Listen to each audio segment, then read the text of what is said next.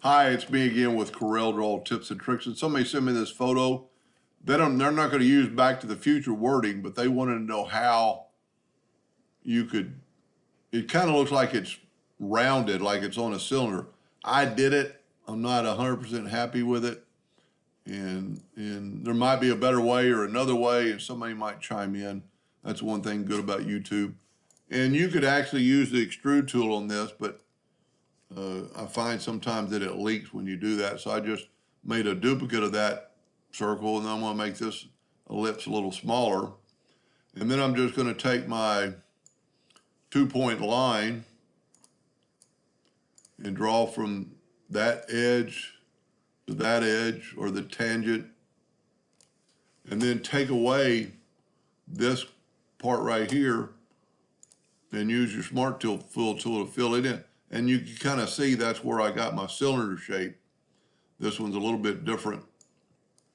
But then let's left click, right click, and let's divide this in half.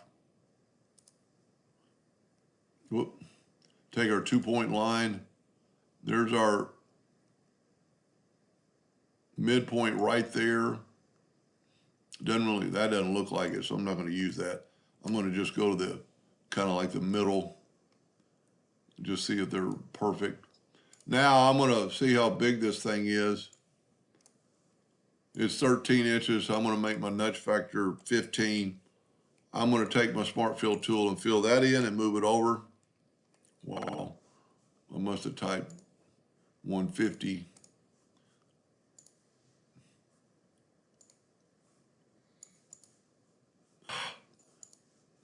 Got to get the pick tool to get 215 inches, so 15.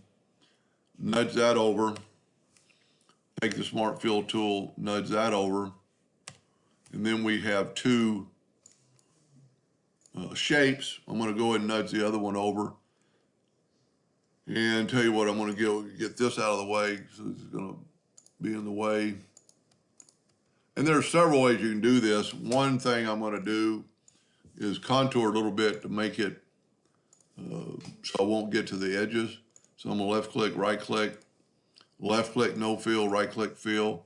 I'm going to grab that item. I'm going to go to effects and contour. I'm going to contour the inside.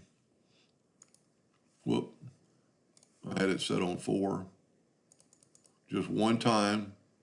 And what that does is gives us a little bit of a border. Now we can go to object and break the contour apart and get out that center one and the center one. I didn't break it apart. Go to object, break contour apart, try to grab the outer one, and we did. Now if we move these back together, so here's our spacing between our two. Then I'll probably just end up doing one word, and let's just type in all capitals, back. Sometimes that happens. Let me just delete that.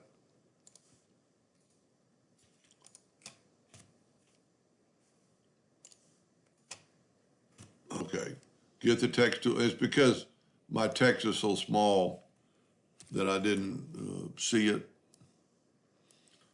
So, and you would think you could actually kind of turn this on its side and get it closer to the look, but then, you know, like you think you could do that and get it kind of started, but it really doesn't help. So I'm going to go back to 0.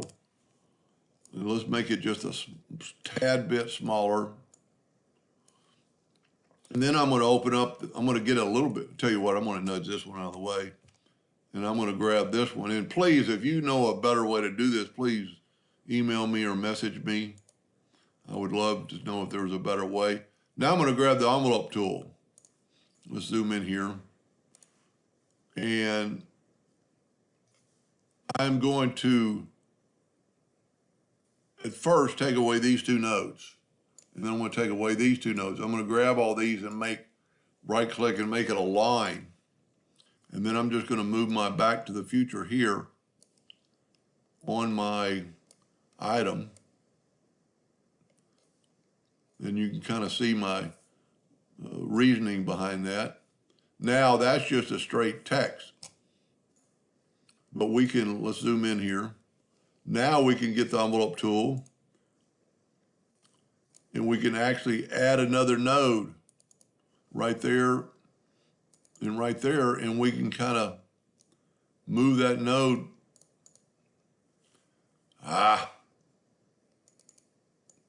Move that node and kind of make it look like a corner. Well, what I need to also do is back up here. I need to take that node and right click and turn it into a curve. So let's turn that one into a curve. And then that way when I move this, it kind of gives the impression of a curve at least. Same thing on here. I should have taken all these after I made them in a line. Right click and turn them into a curve. And then when I move that, it's going to be kind of curvy. Kind of messed up the K a little bit, but you could fix that. And once you put, it does kind of look like a turn, a curve, but please, if you know of a better way, please chime in. I'd be curious to know too. And then the same thing we've done, I just did this recently. Get your interactive fill tool and tell you what, let's make the text yellow to start with. Get your interactive fill tool and go and make this an orange. And then you can kind of play around. One thing, it needs to be going kind of in the same direction. And that's kind of your Back to the Future look. And then you could double click on your pen tool, make your outline so it'd have a little outline.